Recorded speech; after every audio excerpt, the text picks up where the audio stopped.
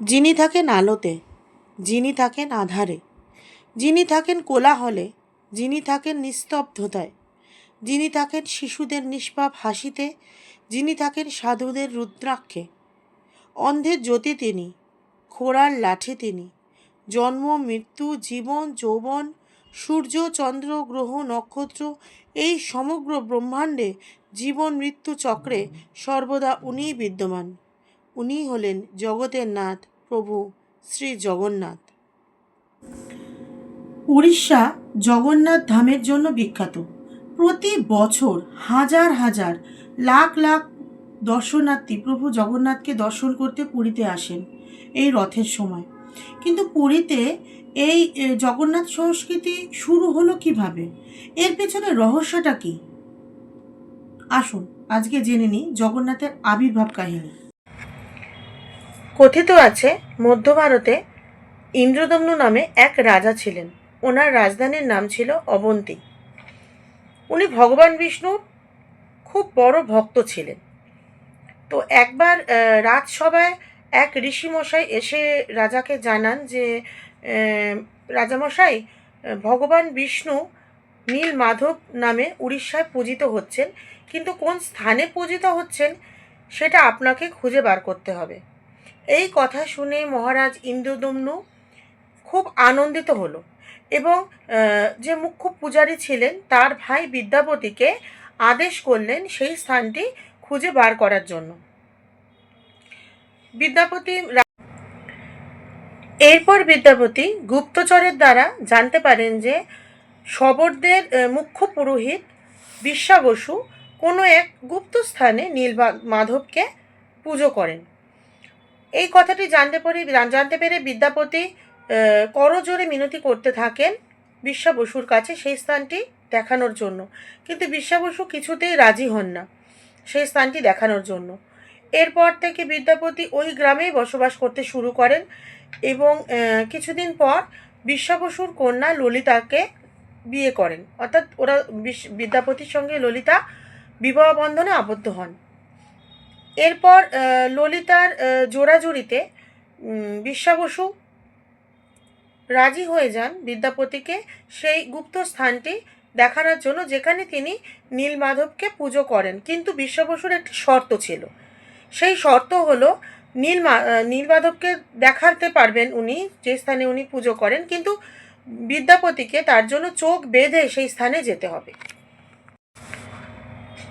বিদ্যাপতিও বিশ্বা বসুর এই শর্তে রাজি হয়ে যান, কিন্তু খুব চালাকির সাথে তার হস্তযুগলে কিছু সর্ষের দানা লুকিয়ে নিয়ে যান। বিশ্বা বসু বিদ্যাপতিকে যে রাস্তা দিয়ে নিয়ে যাচ্ছিলেন সেই রাস্তায় বিদ্যাপতি সেই সর্ষের দানাগুলো ফেলতে ফেলতে যায়, যাতে পরবর্তীকালে নীলমাধব কোথায় আছে তিনি জানতে পারেন। তো যথাক্রমে সেই যথাস্থানে ওনারা দুজনে পৌঁছন, আর বিদ্যাপতি তো নীলমাধবের রূপ দেখে মোহিত হয়ে যান, ভক্তিতে গদগদ হয়ে ওঠেন আর প্রভুকে সহস্র কোটি প্রণাম জানিয়ে সেখান থেকে চলে আসেন। কিন্তু পরবর্তী সময় তিনি যখন রাজা ইন্দ্রদম্নুর কাছে গিয়ে বলেন যে সেই গুপ্ত স্থানটি আমি দেখে এসেছি, আপনি চলুন, তো মহারাজা ইন্দ্রদম্নু ভীষণ খুশি হয়ে যান যে নীলমাধব তার উপর কৃপা করেছেন, ভগবান বিষ্ণুর কৃপা হয়েছে। উনি তো ওনার সৈন্যবাহিনী নিয়ে সকলকে নিয়ে সেই বিদ্যাপতির দেখানো রাস্তা দিয়ে নীলমাধবের কাছে যান নীলমাধবকে দর্শন করতে, কিন্তু নীলমাধব তখন অন্তর্ধান হয়ে যান, উনি ইন্দ্রদম্নুকে দর্শন দেন না। তখন ইন্দ্রদম্নু খুব দুঃখিত হয়ে পড়েন, আর ভীষণই দুঃখিত হয়ে পড়েন। কিন্তু সেই দিন রাতেই মহারাজ ইন্দ্রদম্নু স্বপ্নাদেশ পান যে সমুদ্র তটে কিছু কাঠ ভেসে আসবে আর সেই কাঠ দিয়ে তুমি আমার মূর্তি নির্মাণ করবে। এরপর বিশ্বা বসুর সহায়তায় সমুদ্র তট থেকে সমস্ত কাঠ সংগ্রহ করে রাজার রাজপ্রাসাদে নিয়ে আসা হয়।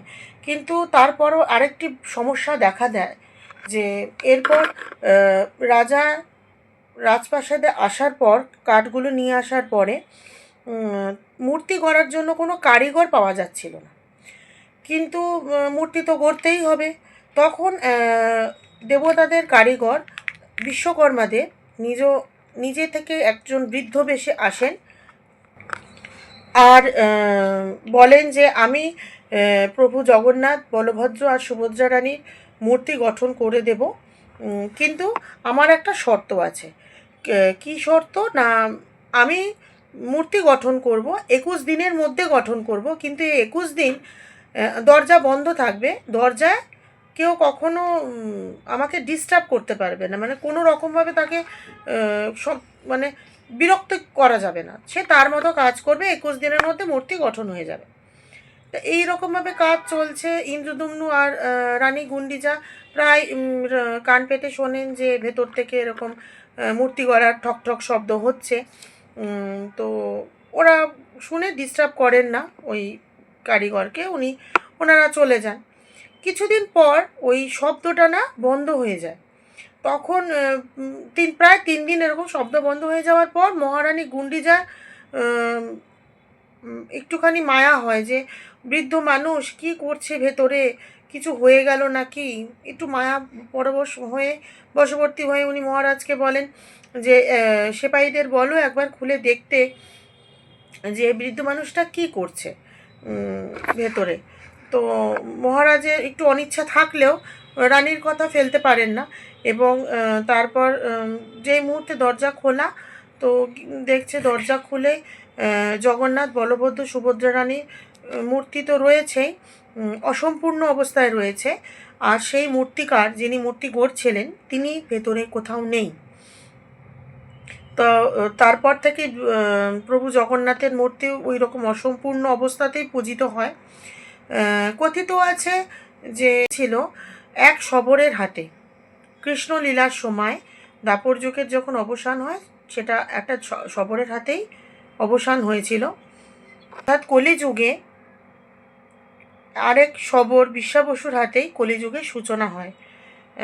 বিশ্বাবসুর হাত ধরে নীলমাধব কলিযুগে স্থাপিত হন, ইন্দ্রদম্নু মহারাজের কাছে আসেন, আর সেই থেকে চলে আসছে পুরীতে, উনি স্থাপিত আছেন, আর সেই থেকেই পুরী ধাম রূপে খ্যাত, আমাদের সকলের প্রিয়, সকলের আদরের, সকলের প্রভু জগতের নাথ জগন্নাথ ওখানেই বিরাজমান। তো এই ছিল শ্রী জগন্নাথ দেবের আবির্ভাবের মহান লীলা।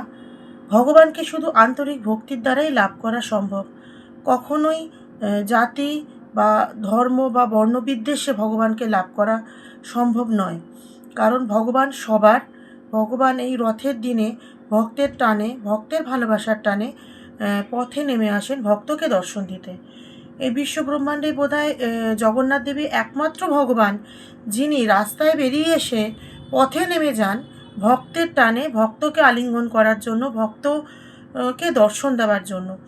এই দিন লাখ লাখ ভক্ত ভগবানের সান্নিধ্যে যেতে পারে, ভগবানের কৃপা লাভ করতে পারে, আর এটি ভগবানকে কৃপা লাভ করার, ভগবানকে পাওয়ার একটা সুবর্ণ সুযোগ।